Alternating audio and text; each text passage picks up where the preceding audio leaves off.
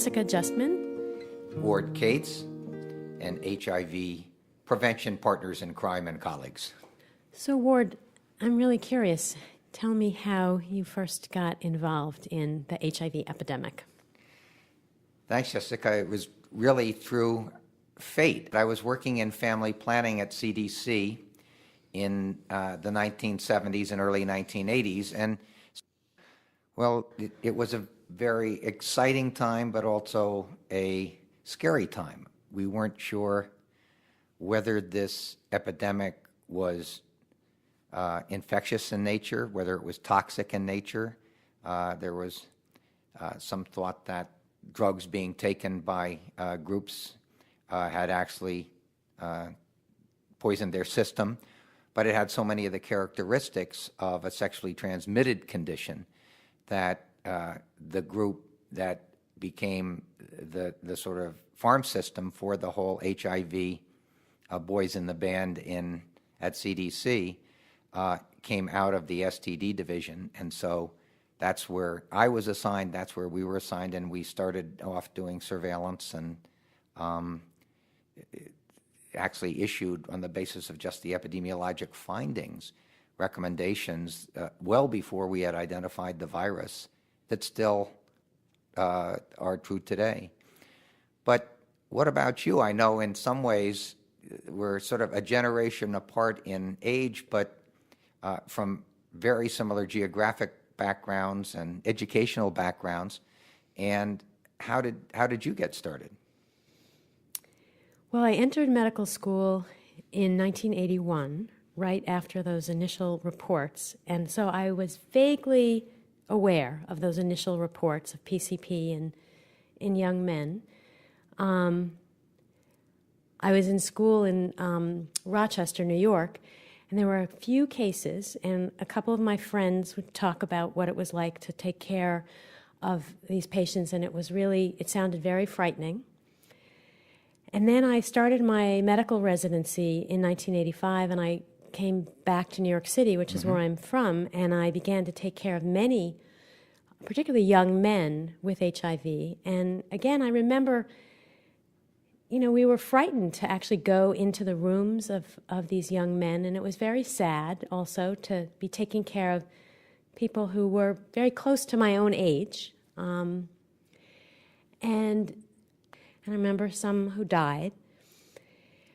And I was interested in infectious diseases, and I made a conscious choice that I was going to embrace working on the HIV/AIDS epidemic. And it was kind of something I had felt I had to think through carefully, because it seemed like it could be a very, sort of pessimistic and unhappy type of area of medicine to go into. It's not like going into obstetrics and delivering babies and so on, but I decided it was really somehow compelling me.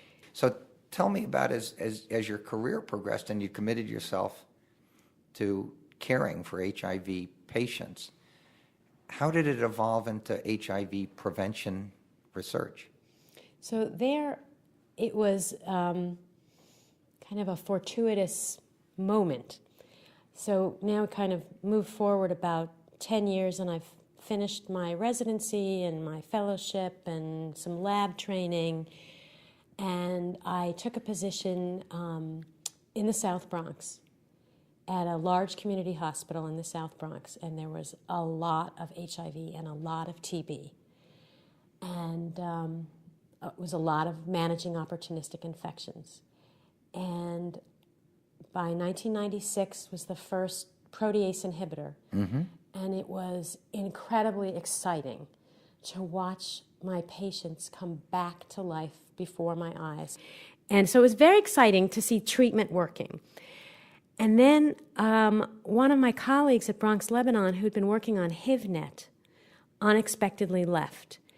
And we sort of talked among ourselves about who wanted to take over HIVnet.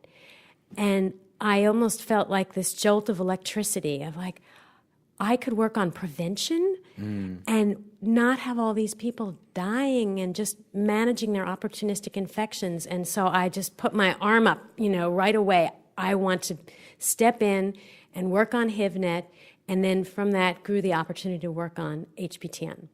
Now, how about you?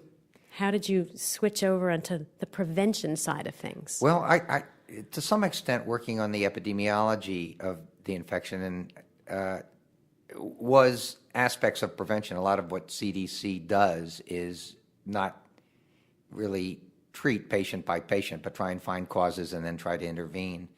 And then now fast forward to when I got to FHI, which was in the early mid-1990s, and there was this NIH contract out that had requested a group, an international contracting group, to work with them to develop the HIV vaccine, and this was 1993-94, just as I was coming to FHI. And in HivNet, we were feeling our way through how were we going to create a multidisciplinary scientific team. We were setting priorities on which of the multiple types of approaches to HIV prevention we were going to focus our energies and resources on. Wow. And really almost truly at the beginning of the epidemic, I went on such a rapid fear curve over 5 years. In the beginning, I really thought, well, this is interesting. We'll find out what it is. We'll probably be able to work out how best to treat it, maybe even cure it very quickly, and certainly be able to make a vaccine for it, if viral. I mean, that was just the mindset we'd had at CDC. So you were always optimistic. But I was optimistic. I remain optimistic. I mean, we really would be.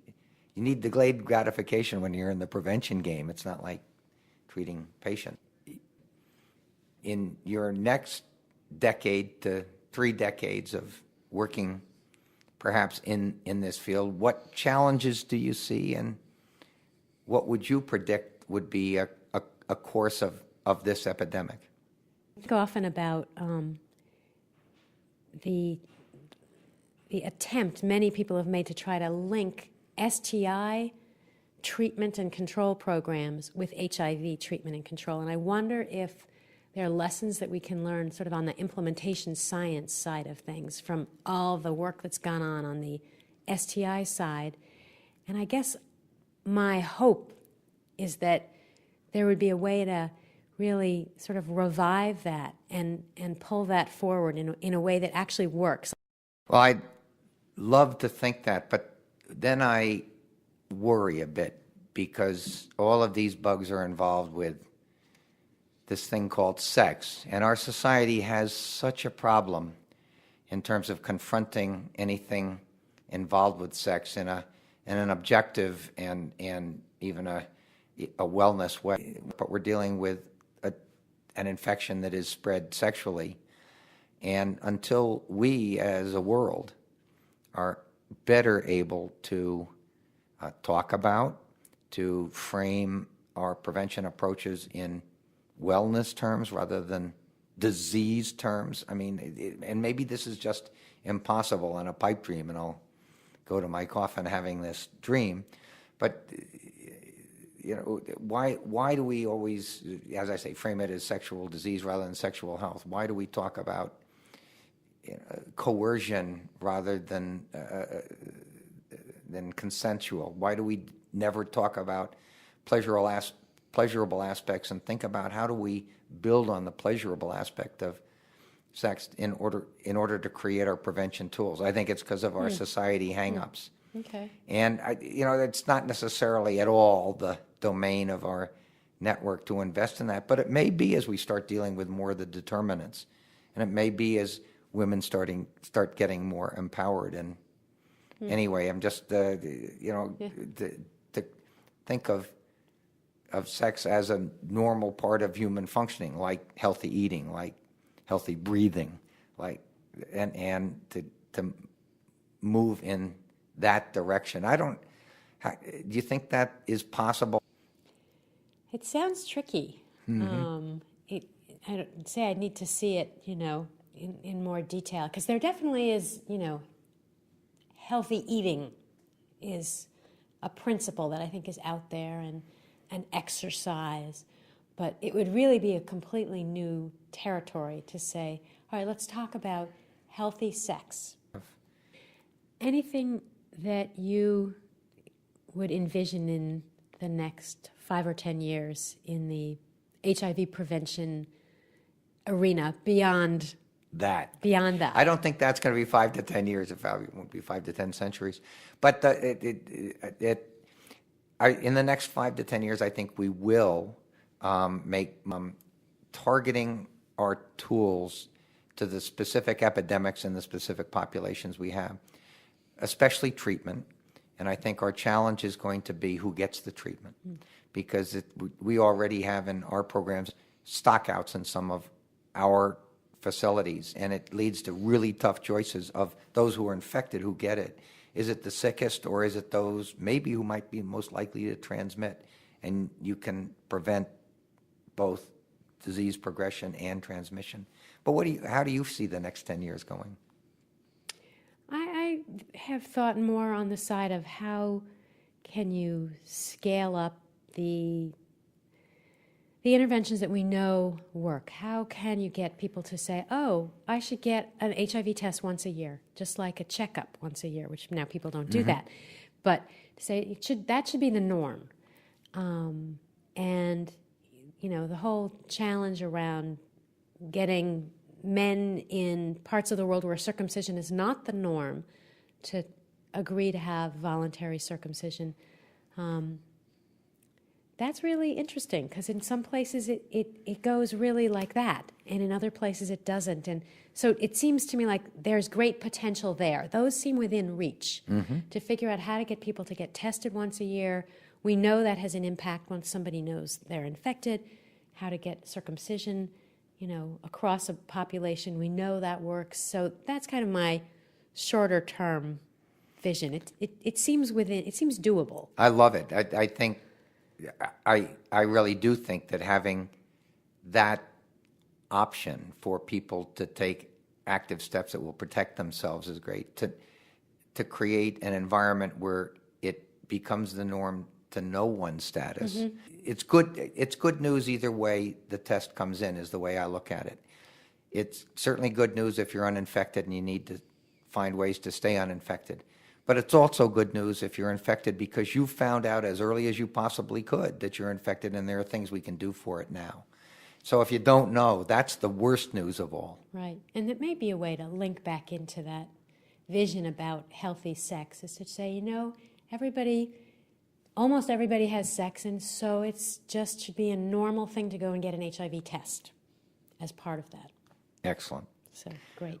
Well, it's been great talking with you, Jessica. I've so enjoyed this. Same here.